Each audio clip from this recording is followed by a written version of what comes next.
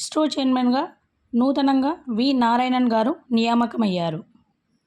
ఇతను 2025 జనవరి 14 నుంచి తన బాధ్యతల్ని స్వీకరిస్తారు. ఇతను 2 ఏళ్ల పదవీ కాలానికి సంబంధించి ఈ పదవిలో కొనసాగుతారు. ఇంతకుముందు ఉన్న సోమనాథన్ గారు రిటైర్మెంట్ అవ్వడం వల్ల అతని ప్లేస్లో ఇతను నియామకమయ్యారు. సోమనాథన్ గారి టైంలో కూడా చాలా అంతరిక్ష ప్రయోగాలు చేపట్టారు. చాలా సక్సెస్ అయ్యారు. చంద్రయాన్ 3 ఇతని టైంలోనే ఎత్తింది. ఆదిత్య L1. ఇప్పుడు నూతనంగా నారాయణన్ గారు నియామకమయ్యారు. ఇతని గురించి తెలుసుకుందాం. ఇతను తమిళనాడులో పుట్టి పెరిగాడు. తమిళనాడు కన్యాకుమారి జిల్లా మేలట్టువిలై అనే గ్రామంలో పుట్టారు. ఇతని తండ్రి పేరు వన్నియ పెరుమాల్, తల్లి తంగమ్మల్. ఇతను ఒక ఉమ్మడి కుటుంబంలో పుట్టిండు. ఇతను చదువుకునే టైంలో కనీస అవసరాలు కూడా ఉండేటివి కాదు. అంటే ఈయన చదువుకున్న స్కూల్కి పైన టాప్ ఉండేది కాదన్నట్టు. అటువంటి స్కూల్లో ఇతను చదువుకున్నాడు.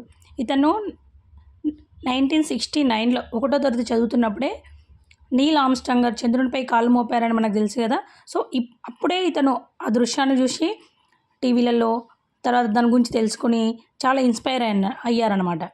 నేను కూడా ఏదో ఒక రోజు అలా చంద్రుని పైనకి వెళ్ళాలి, తర్వాత రాకెట్ ప్రయోగాలు చేపట్టాలి.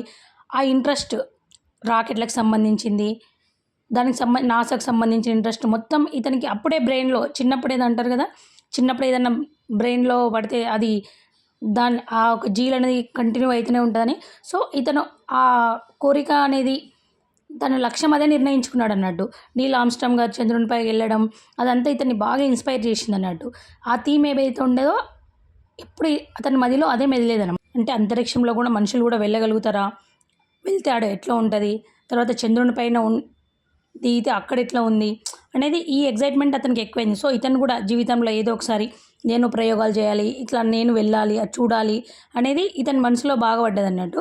దాంతో ఇతను అటువైపే చిన్నప్పటి నుంచి ఏదైతే మనసులో పడ్డదో అది బీజం అంటారు కదా, అది బీజం పడ్డది. అక్కడ నుంచి తను చదువు అదంతా అట్లనే కొనసాగింది అన్నట్టు. ఇతను చదువుకునే టైంలో ఇతని స్కూల్లో కనీసం ఏముండేది కాదు వస్తువులు, కరెంటు కూడా ఉండేది కాదు ఆ టైంలో. ఊర్లలో ఎక్కడైనా సరే మనం చదువుకున్నాం కదా, పెద్ద పెద్ద మహానుభావులందరూ వీధి దీపాల కింద చదువుకున్నామని, కనీసం అటువంటి వీధి దీపాలు కూడా ఉండేటివి కాదు.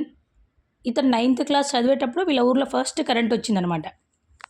అంటే భారతదేశంలో కరెంటు కూడా లేని టైంలోనే నాసా వాళ్ళు అంతరిక్షంలోకి రాకెట్లతో పాటు మనుషులను కూడా పంపారన్నట్టు. అంత డెవలప్ అయింది.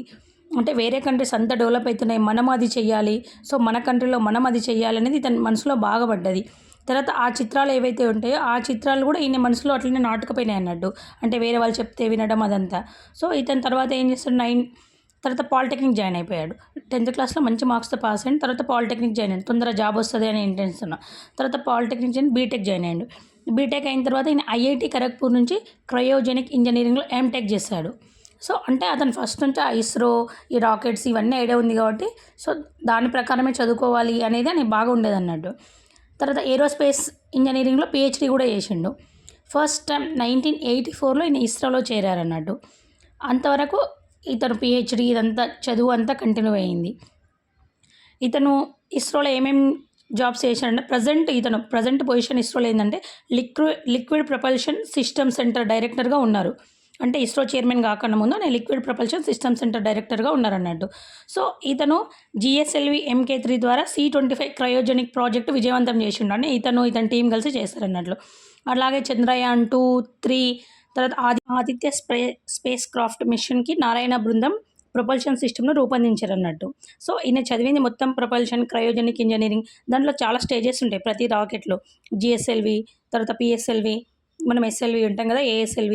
దీంట్లో ప్రతి ఇంధనానికి స్టేజెస్ ఉన్నాడు. Stage 1, stage 2, stage 3. దాంట్లో ఘన ఇంధనం, ద్రవ ఇంధనం, తర్వాత క్రయోజెనిక్ ఇంధనం ఇట్లా ఉంటుంది అన్నట్టు. సో దీంట్లో ఈయన మెయిన్గా ఏంది క్రయోజెనిక్ ఇంజనీరింగ్ చదివాడు. సో లిక్విడ్ ప్రొపల్షన్ సిస్టంలోనే ఇతను వర్క్ చేశాడు అన్నట్టు. తర్వాత ఇతని ఫ్యామిలీ గురించి భార్య కవితారాజ్, కుమార్తె దివ్య, వీళ్ళిద్దరు అంతర్జాతీయ సంస్థలో ఒక ఎంప్లాయీస్గా ఉన్నారు. తర్వాత ఇతనికి ఒక కుమారుడు ఉన్నాడు, కాలేష్ అని. అతను బీటెక్ చదువుతున్నాడు అనమాట. సో ఇతను ఇప్పుడు నెక్స్ట్ చేయాల్సిన ఇమీడియట్గా ఉన్నట్టేంది చంద్రయాన్ 4 మిషన్, గగన్యాన్ మిషన్ ఇతను ముందున్న ప్రాజెక్ట్స్ అన్నట్టు. అలాగే ఫిబ్రవరిలో నావిగేషన్ శాటిలైట్ NVS-02 ప్రయోగం కూడా ఉంది. అలాగే ఇస్రో మార్క్ 3 రాకెట్ ద్వారా అమెరికా శాటిలైట్ని పంపించే పనిలో కూడా ఉందన్నట్టు. సో ఇవన్నీ ఇప్పుడు ప్రజెంట్గా ఇతను ఇమీడియట్గా జాయిన్ అయిన నెక్స్ట్ చేసే ప్రాజెక్ట్స్.